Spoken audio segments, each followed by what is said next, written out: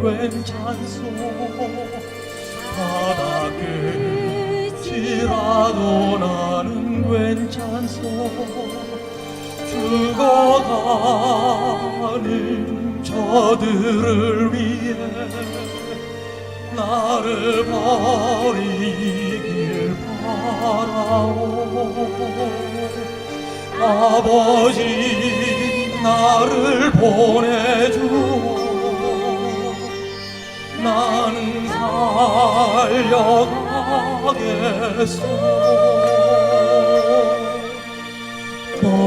목숨도 아끼지 않겠소. 나를 버리고.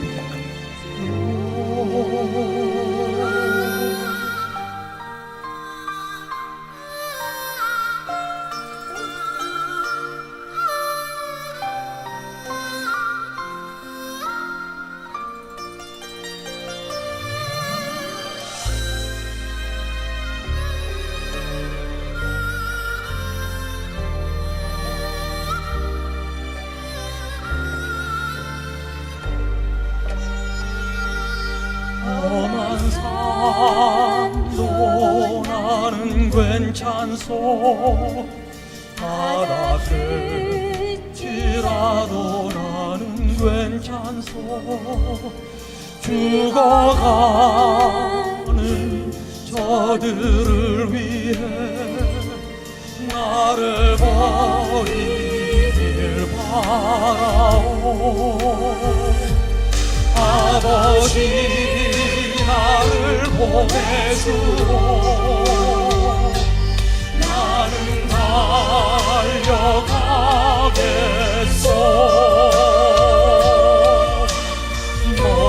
목숨도 아끼지 않겠소. 나를 보내주오. 세상이 나를 미워해도 나는 사랑하겠소.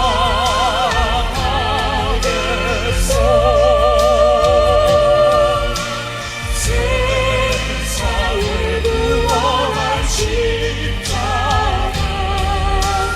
나로 따라오.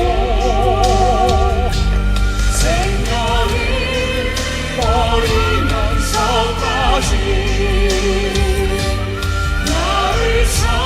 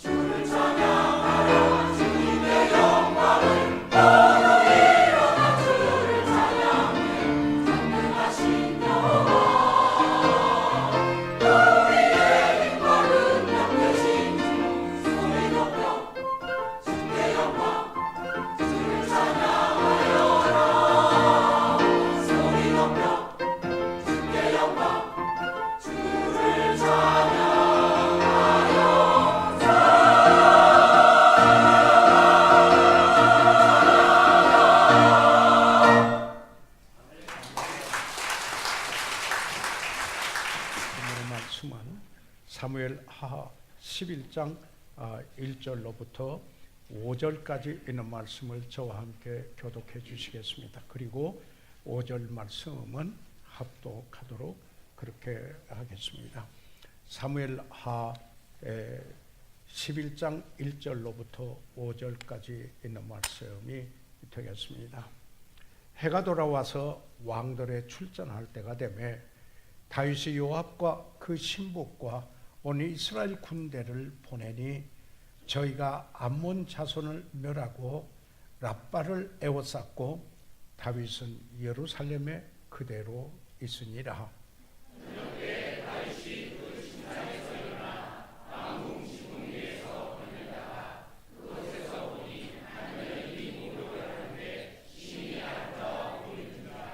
다윗이 보내어 그 여인을 알아보게 하였더니 고하되 그는 엘리암의 딸이요 햇사람 우리아의 아내 밧세바가 아내니까.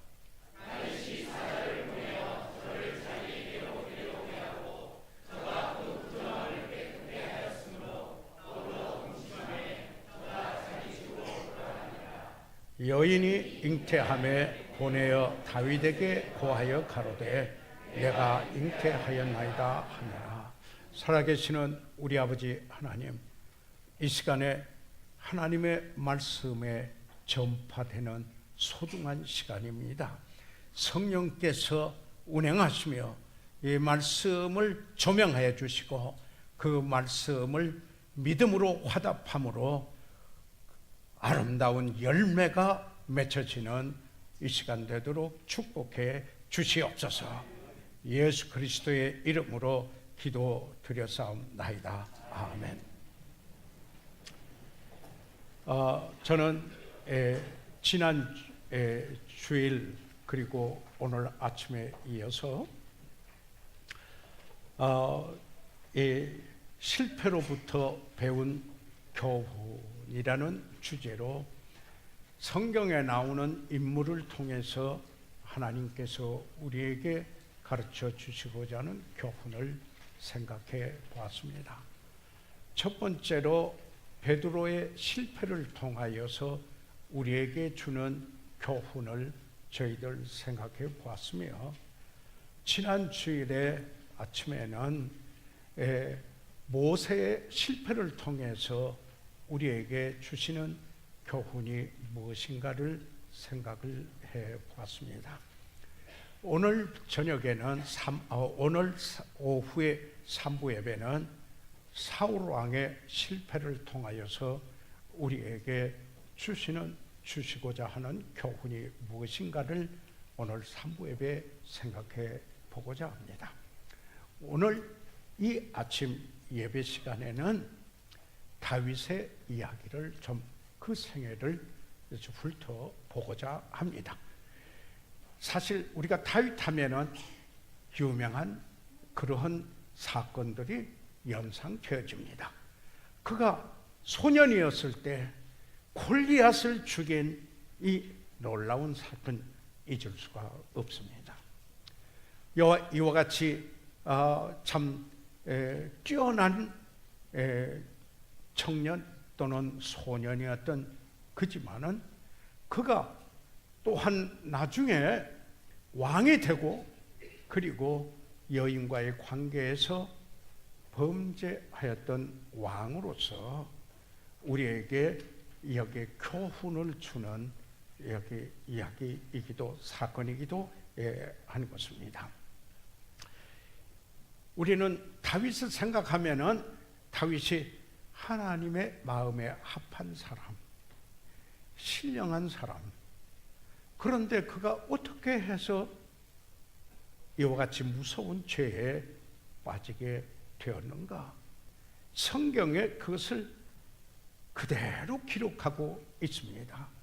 왜냐하면 하나님의 말씀이기 때문에. 그리고 우리는 그 말씀을 통하여서 그의 실패를 통하여서 우리에게 교훈을 주시고 우리가 어떻게 하여야 될 것인가를 오히려 말씀해 주시고 있는 것입니다. 그래서 저는 오늘 여기 다윗의 실패로부터 배울 수 있는 교훈이 무엇인가? 이 본문에서 그 교훈을 얻고자 합니다. 역사가이며 인물 저술가인 토마스 칼라일은 여러분이 잘 아시는 바와 같이 이런 말을 했습니다. 역경은 참으로 어려운 것이다. 그러나 역경을 견뎌낸 사람이 100명이라면 성공, prosperity, 성공을 견딜 수 있는 사람은 한 명이다. 이런 이야기를 했습니다. 다시 말해서 성공하거나 번영할 때 잘 대처할 줄 아는 사람이 오히려 어려움을 잘 견딘 사람보다도 100대 1로 적다라고 하는 이 사실인 것입니다. 하나님의 마음에 합한 사람, 이 다윗의 가장 큰 실패는 그 순간까지 패배를 전혀 모르는 성공의 때에 그에게 이른 것입니다. 그래서 첫 번째 우리가 생각해 보고 싶은 것은 성공한 때 우리가 주의를 기울여야 한다라는 교훈인 것입니다. 지금 이 다윗이 이때 왕자에 오른 지 20년이 되었습니다. 그리고 그는 이제 50대에 들어선 바로 그런 때였습니다. 그의 생애의 절정기에 이르렀습니다. 그는 승리의 승리를 거듭했으며 이스라엘의 영토는 확장되었습니다. 그 당시 군사적으로 가장 강성한 나라, 그가 왕이 된 그 나라가 가장 강성한 나라가 되었습니다. 그래서 성경에 말하기를 여기 사무엘하 18장 14절에 다윗이 어디를 가든지 여호와께서 이기게 하셨더라, 이렇게 말씀하겠습니다.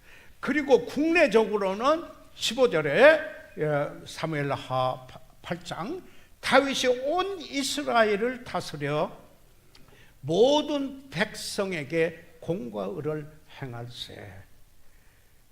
대외적으로나 국내적으로나 참으로 성공하고 있는 리더였고 그리고 왕이었습니다. 이 사실 다윗은 영적으로도 그 생애에 영적으로도 최고에 이르르는 그때였었습니다. 성경에 사무엘하 5장 10절에 말하기를 만군의 하나님 여호와께서 함께 계시니 다윗이 점점 강성하여 가니라. 영어 성경에 보면 더 실감나는 번역을 했습니다. David became greater and greater. 그가 점점 더 위대해져 갔다, 이렇게 이야기하고 있습니다. 다윗의 마음속에는 하나님의 것들, 하나님과 연관된 것들에 대한 진정한 사랑이 있었습니다. 그렇기 때문에 하나님의 것들에 관하여서 민감했습니다. 예를 들자면 언약궤에 대해서 관심이 있었고, 이 말은 하나님의 임재하심에 대하여서 깊은 관심이 있었고, 끊임없이 하나님의 뜻을 구하며 그리고 주의 성전을 건축하기 원하였고, 하나님을 향한 사랑을 표현하는 시들을 많이 읊었으며, 그리고 하나님의 마음에 합한 사람으로 알려졌으며, 그는 믿음으로 교제하며 산다는 것이 무엇인가를 알고 있는 다윗이었습니다. 그러나 이러한 하나님의 사람도 잊어서는 안 될 것이 있습니다. 죄성이 아직 있다라는 것입니다. 그 죄성이 있으므로 그가 성령을 쫓아 사는 삶을 살지 않으면은 육체의 소욕을 이루는 삶이 돼서 무서운 죄악을 행할 수 있는 가능성이 있다라는 이 사실을 여기에 교훈해주고 있는 것입니다. 바울 자신도 그가 이렇게 말했습니다. 고린도전서 9장 27절에 내가 내 몸을 쳐 복종하게 하면 내가 남에게 전파한 후에 자기가 도리어 버림이 될까 두려워함이로라. 구원을 잃어버릴까 두려워하는 것이 아닙니다.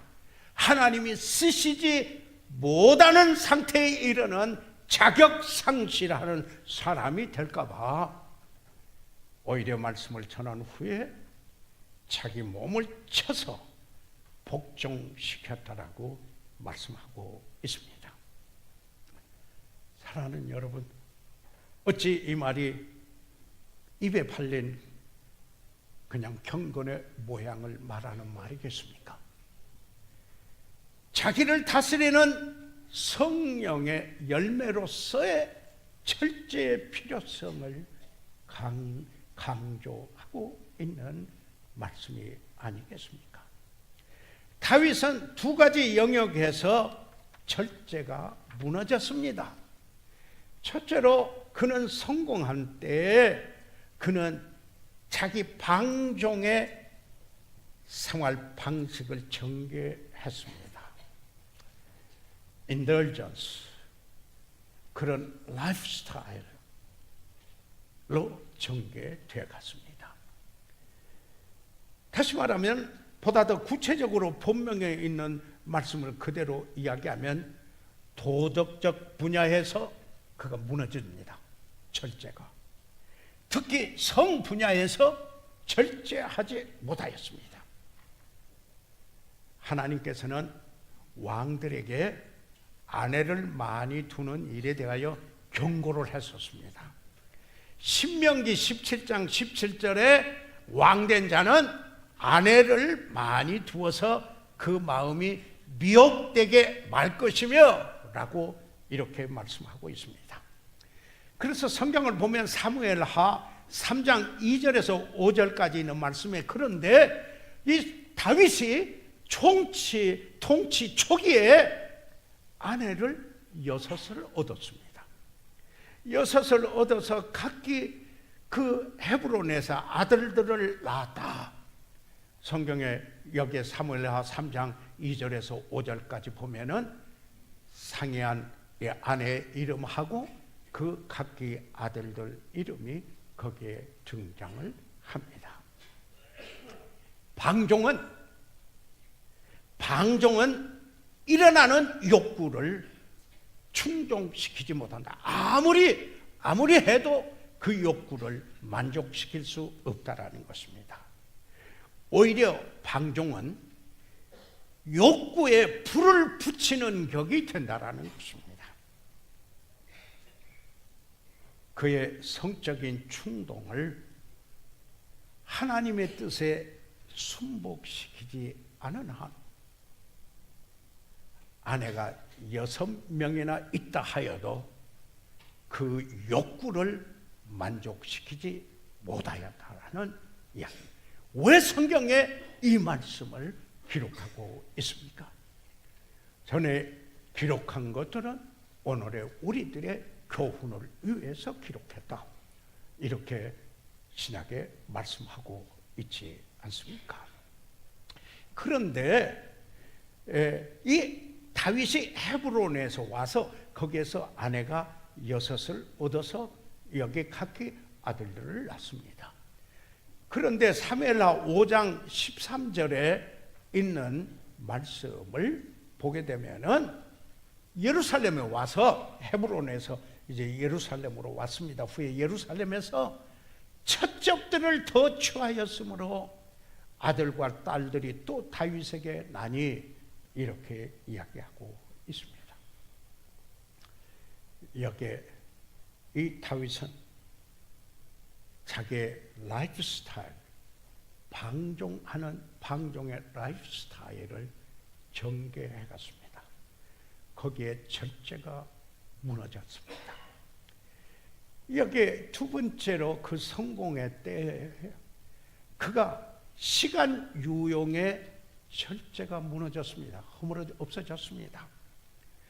여기에 사무엘하 11장 우리 본문 1절에 보면은 해가 돌아와서 왕들의 출전할 때가 되매 이제 왕들이 전쟁하러 나가야 할 때가 됐다고 그랬습니다. 그런데 여기에 다윗이 요압과 그 신복과 온 이스라엘 군대를 보내니 저희가 암몬 자손을 멸하고 랍바를 에워쌌고, 그런데 다윗은 예루살렘에 그대로 있으니라, 이렇게 여기에 말씀하고 있습니다. 왕이 출전할 때인데 군사는 보내고 자기는 예루살렘에 머물러 있었습니다. 이때 다윗에게 위기가 왔습니다. 영적인 싸움의 실체를 무시하면은 한가한 시간이 영적인 위험한 때가 된다라고 하는 사실입니다. 어떻게 보면은 이 다윗은 암몬 사람들과 싸움에서 휴가를 즐기고 있었지만은 영적인 이 싸움에는 휴가가 없다라고 하는 이 사실을 망각한 것 같습니다. 다윗은 이 원리를 무시했습니다. 그의 생활의 큰 싸움에서 처참한 패배를 하게 되는 것입니다. 다시 말하면은 작은 부주의가 그의 성공한 때 성공의 성공을, 그리고 그 삶 속에 승승장구하는 이런 때에 그가 절제하지 못하는 여기에 작은 부주의가 그로 하여금 처참한 실패를 하게 했다라는 교훈을 우리에게 이 말씀에서 일러주고 있습니다. 그렇기 때문에 바울은 고린도전서 10장 12절에 고린도인들에게 보낸 편지 속에서 그런즉 선줄로 생각하는 자는 넘어질까 조심하라, 이렇게 말씀을 하였습니다. 성공할 때 주의를 기울여야 합니다. 두 번째, 저희들이 교훈을 얻고자 하는 것은 이 다윗이 실패하는 이 과정, 다시 말해서 시험을 받는 과정을 한번 저희들이 살펴보아야 합니다. 바로 이것은 본문에서 사무엘하 11장 2절에서 4절까지 있는 말씀에서 말씀하고 있는데, 여기 2절에 저녁 때에 다윗이 그 침상에서 일어나, 이렇게 말하고 있습니다. 여러분, 보통 우리가 아침에 일어납니다.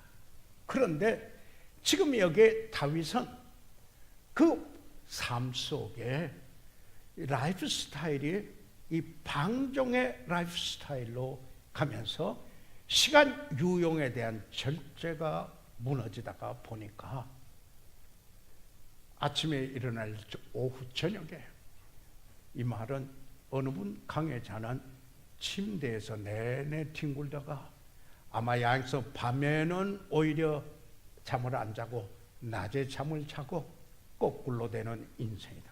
어떤 일 때문에 그런 건 여기에 해당되는 게 아닙니다. 그래서 여기 이 일은 방종함 또는 그의 나태함을 보여주는 것입니다. 그런데 일어나서 어떻게 됩니까? 왕궁 지붕 위에서 거닐다가 그곳에서 보았어요. 우연히 보였어요. 한 여인이 목욕을 하는데 심히 아름다워 보이는지라. 이렇게 우연히 보았어요. 어쩔 수 없어요. 보였어요. 그냥 보았어요. 그런데 여기서 다윗의 문제는 본 것이 아니었어요. 그냥 우연히 볼 수 있어요. 그렇지만은 그걸 피하지 않았어요. 그리고 계속해서 바라본 거예요. 바로 이게 문제였어요. 그래서 여기 그 여인에 대해서 알아보라, 이렇게 사람을 보내게 되는 이런 일로 전개되는 것입니다. 여기서 밧세바를 바라보고 그 바라본 건 어쩔 수 없는 일이었지만 그러나 계속 바라보지 말았어야 될, 피하였어야 할 일을 하지 않은 것입니다. 이런 말이 있죠. 남자는 바라보고 정욕이 일어나지만 여성은 인격에 매료된다, 이런 말이 있습니다. 그런데 성경에요, 피하라, 이 정욕에 관하여서 말할 때, 음행에 관해서 말할 때 피하라는 말을 이야기하고 있습니다.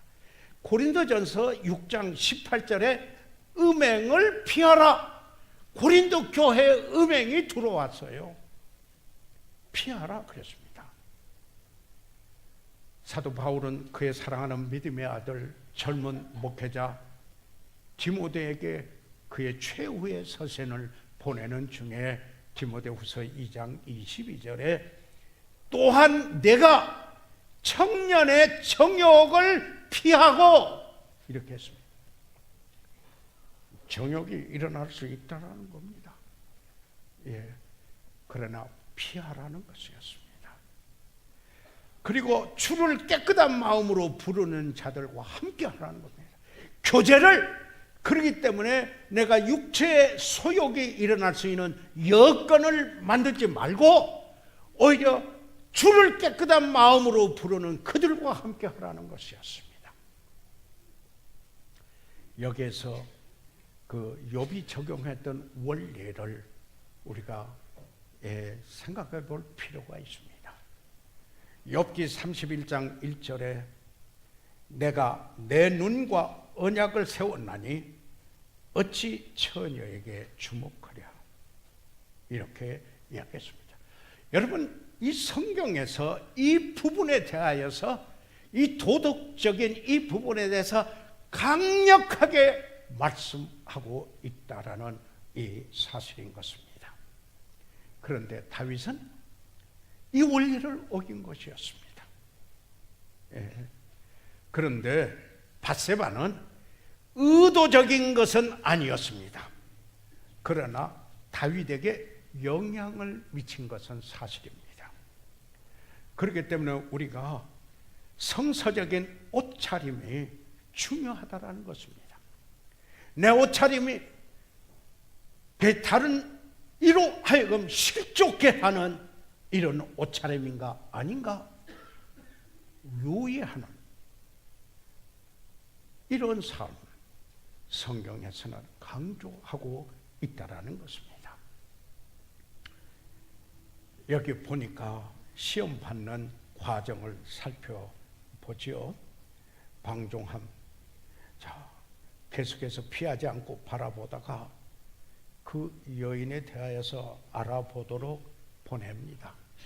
그러니까 신하가 갔다 와서 이렇게 말합니다. 3절에 그는 엘리암의 딸이요 햇사람 우리아의 아내 밧세바가 아니니까, 이 와서 보고를 하는데 이 보고의 신하가 이게 무엇을 짐작한 것 같습니다. 그 뭘 지금 짐작한 것 같으니까, 아니 그 우리아의 아내 밧세바 아닙니까? 이렇게 이야기를 하는 것입니다. 우리아가 누굽니까? 왕을 위하여 지금 싸움터에서 싸우고 있는 충신이었습니다. 그럼에도 불구하고 다윗의 정욕을 억제시키지 못했습니다. 다윗은 많은 싸움터에서 승리하고 골리앗까지도 물리칠 수 있었던 사람이었지만은 자기 안에 있는 가장 큰 원수를 물리치지 못하고 실패했습니다. 다윗과 밧세바 사이에 난 아들 이름이 솔로몬입니다. 그 솔로몬이 나중에 지혜서를 쓰게 될 때 뭐라고 했습니까? 잠언 9장 17절 상반절에 도적질한 물이 달고 몰래 먹는 떡이 맛있다 하는도다. 이렇게 지혜의 말씀을 썼습니다. 자, 성공의 때 주의해야 합니다. 주의를 기울여야 됩니다. 그리고 우리가 이 다윗이 시험을 받는 그 과정을 살펴보면서 교훈을 얻어야 됩니다. 이런 시험의 과정이 이렇게 전개되는구나. 자, 그래서 이 범죄를 하게 되면은 피할 수 없는 결과가 생깁니다. 그래서 여기에 이 다윗의 그 일로 인하여서 피할 수 없는 결과를 살펴봐야 되겠습니다. 여기에 사무엘하 11장 5절에 뭐라고 합니까? 밧세바가 소식을 보냅니다. 다윗 왕에 보냅니다. 뭐라고요? 내가 잉태하였나이다. 이렇게 말합니다. 사랑하는 여러분, 우리가 창세기를 함께 공부하고 또 말씀을 읽으면서 요셉이 그 보디발의 아내의 유혹을 받았던 사건을 여러분이 너무 잘 기억하십니다. 그럴 때 요셉이 창세기 39장 9절에 이렇게 말합니다. 내가 어찌 이 큰 악을 행하여 하나님께 특죄하리까?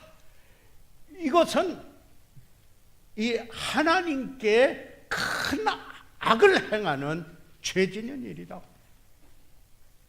그래서 뿌리치고 나가는 것입니다. 피하여 가는 것입니다. 그런데 이 다윗이 무너진 거 아니겠습니까? 지금 다윗이 무너졌습니다.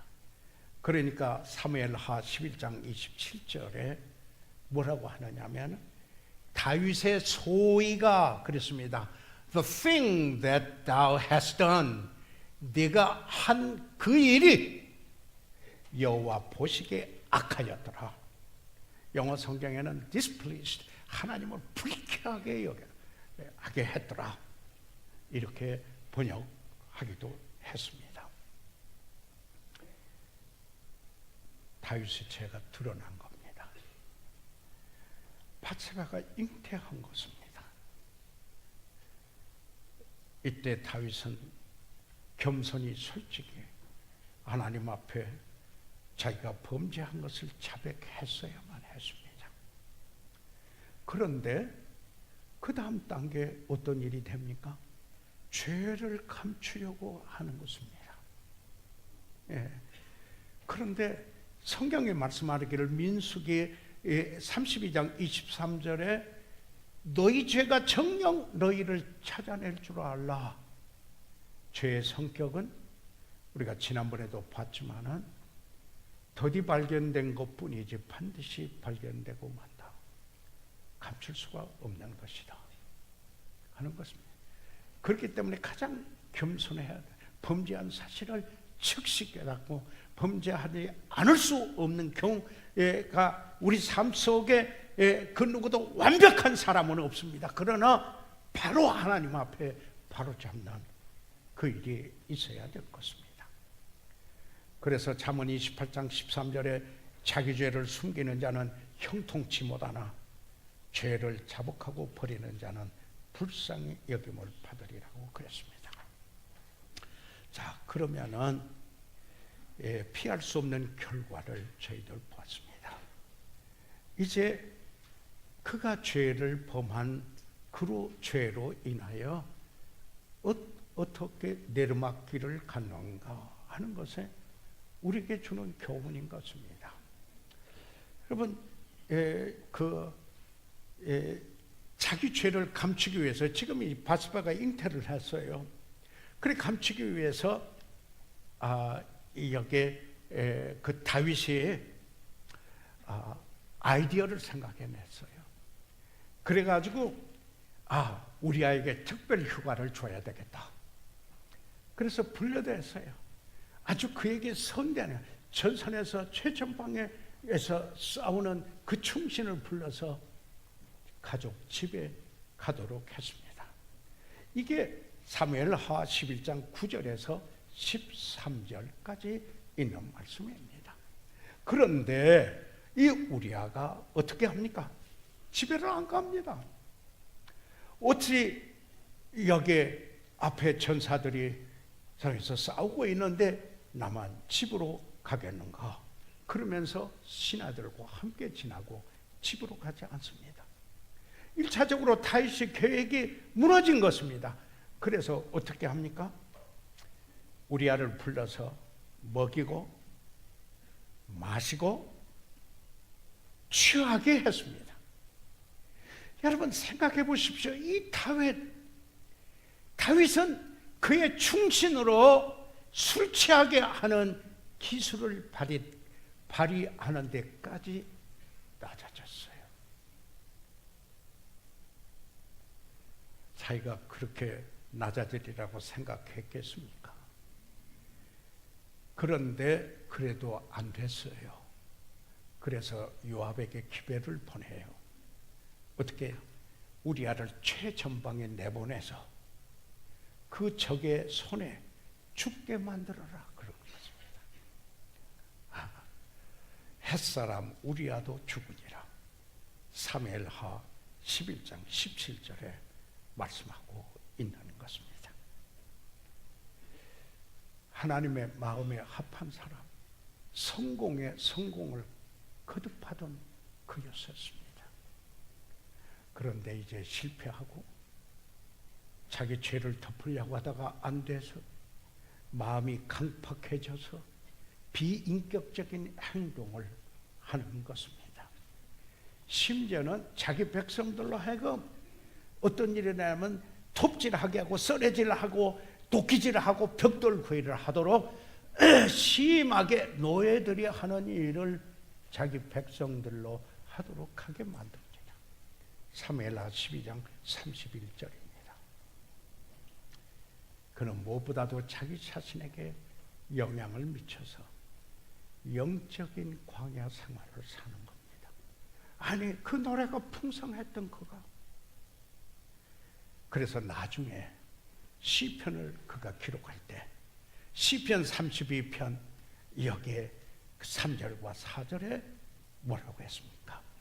내가 토설지 아니할 때에 내가 토해내서 안 할 때 자백하지 않았을 때 종일 신음함으로 내 뼈가 쇠하였도다. 주의 손이 죄로 나를 누르시오니 압박감을 받았습니다. 내 진액이 화하여 여름 가물의 마름같이 되었도다. 자기 진액이 말라버렸다는 것입니다. 이게 나중에 그가 회개하고 나서 여기에 노래 속에 그가 죄를 토설지 아니하고 있었을 때 자기 자신에게 어떤 일이 있었는가 하는 것을 고백하고 있습니다. 하나님의 말씀이기 때문에 이렇게 말씀하고 있습니다. 만약에 여기에서 이야기가 끝이 났다면 비참한 이야기죠. 처참한 이야기가 되고 맙니다. 그런데 이 다윗에게 친구가 있었어요. 여기 이 다윗에게 그 생애의 격려자였고 축복을 끼쳤던 친구가 있었어요. 친구라고 제가 이렇게 이야기를 하겠습니다. 성서적인 개념으로 친구라고 말할 수 있습니다. 그런데 다윗을 사랑했어요. 나단이 다윗을 사랑하기 때문에 그를 바로잡아 회복시키기 원했어요. 예. 여기에 사실 나단은 사무엘하 7장에 보면은 다윗의 생애가 절정에 이르렀을 때 등장을 합니다. 그때 하나님께서 이 다윗과 언약을 맺는 이 엄청난 놀라운 사건이 있을 때 나단을 통해서 그 일을 합니다. 그러니까 이 다윗의 생애에 엄청난 축복을 겨쳤던 하나님이 쓰시는 하나님의 사람으로서 여기에 하나님께서 다윗과 언약을 맺을 때 그를 쓰셔서 다윗을 축복했던 사람이 나단인 것입니다. 나단은 다윗을 격려하는 격려자였습니다. 그런데 지금 다윗이 무너졌어요. 다윗이 실패했어요. 그래서 하나님이 나단을 보내셔요. 아무나 내가 가겠습니다 이런 게 아니에요. 내가 가서 허물을 찾아내고 바로 잡겠습니다.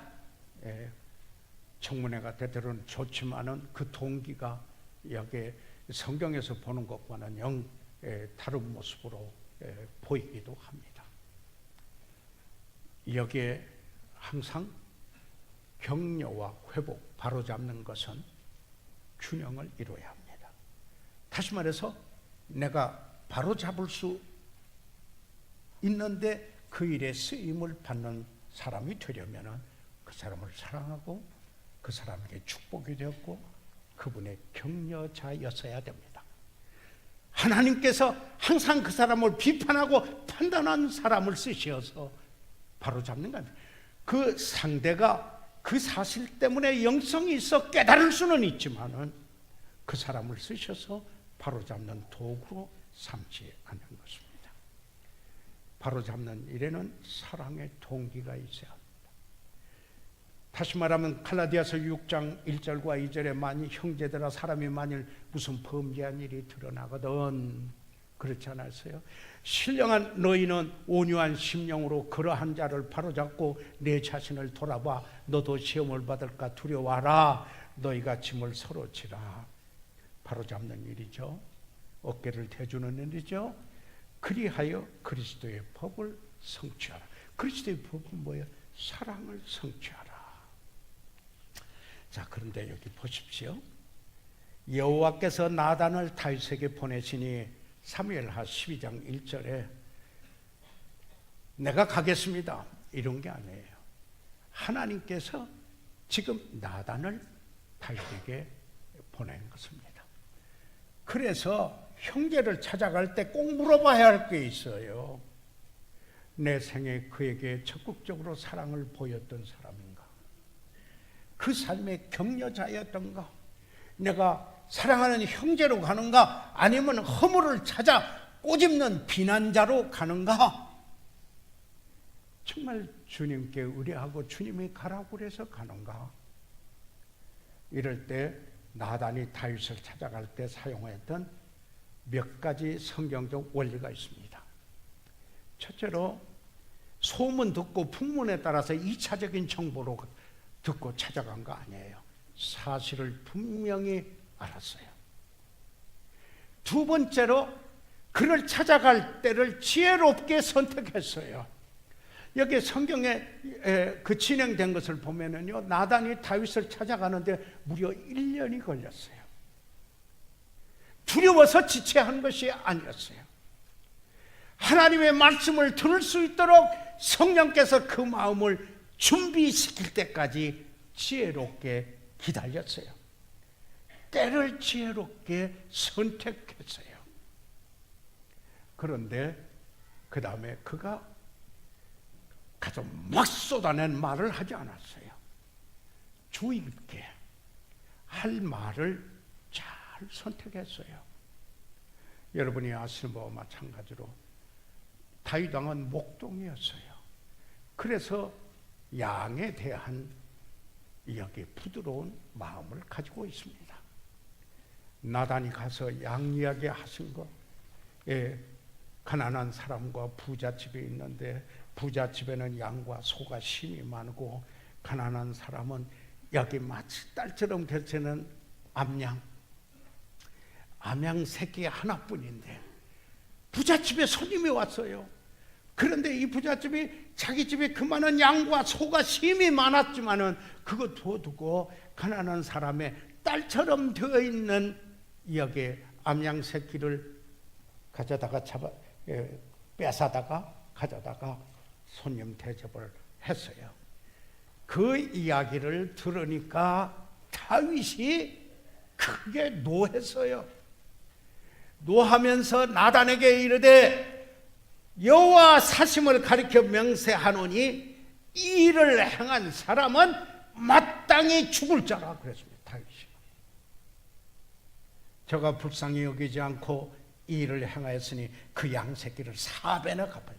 그 사람은 죽어 마땅하고 갚는 것은 4배로 갚아야 한다.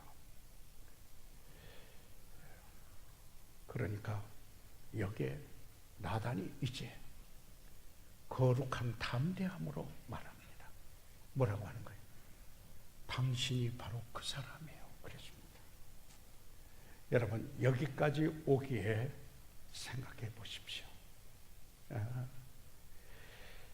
그래서 사실 나단은 그 다음에 여기에 사무엘하 12장 7절에 12절에 보면은 성경에 있는 말씀을 여기에 다윗에게 이야기해 줍니다. 다른 말이 아닙니다.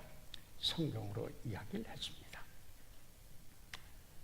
그러니까 여기에 다윗이 뭐라고 했습니까?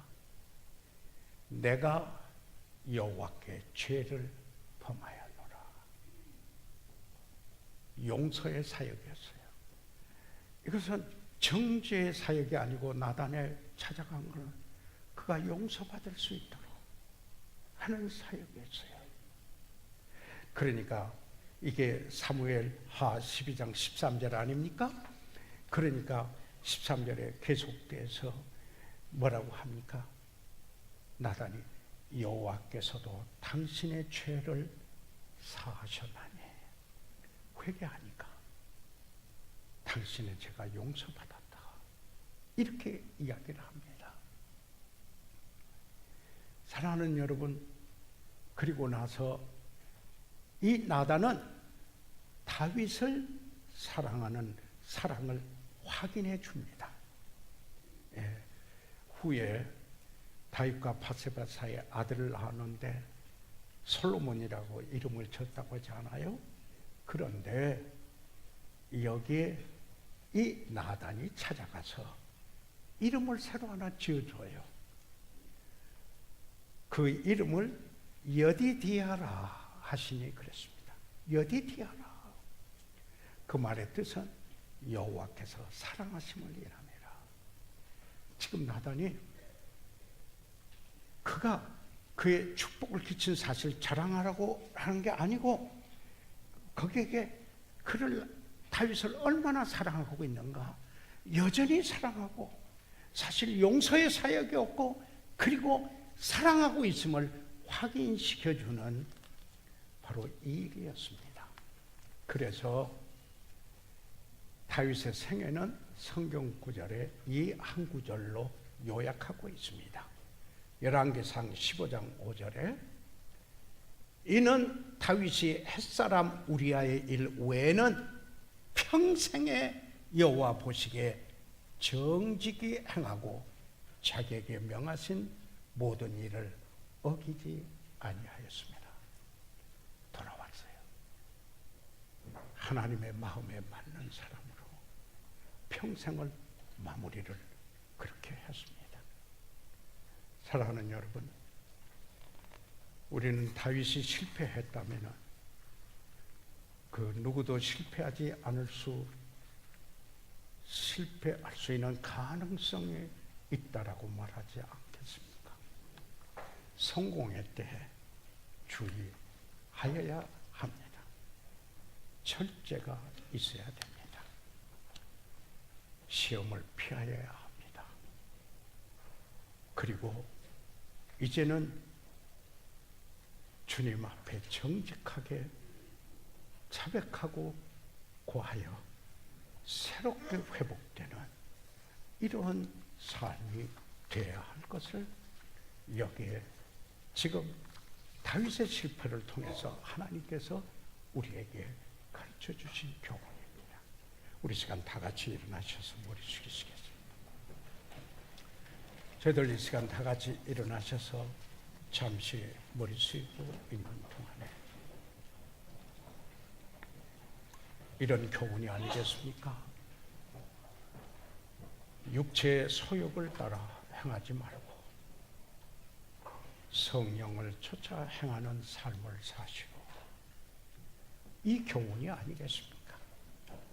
사랑하는 성도 여러분, 성경의 말씀은 우리의 교훈을 위하여서 기록했습니다. 다윗도 실패할 수 있었다면 우리는 예외가 되겠습니까?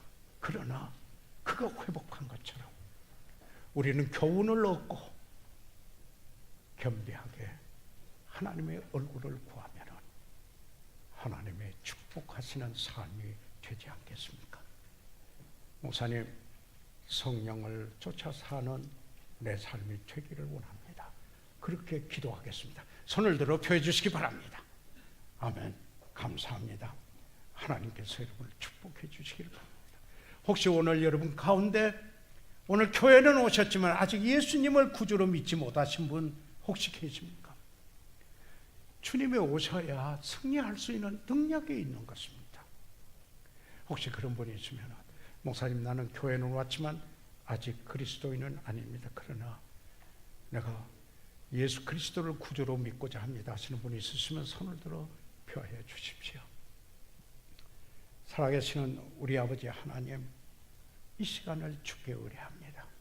성령께서 우리 가운데 역사하시고 우리 마음속에서 역사하신 일에 저희들이 순복하며 주의 뜻대로 살기 원하나이다, 성령을 쫓아 향하겠습니다라고 고백하게 하시옵소서. 예수 그리스도의 이름으로 기도했사옵나이다. 아멘.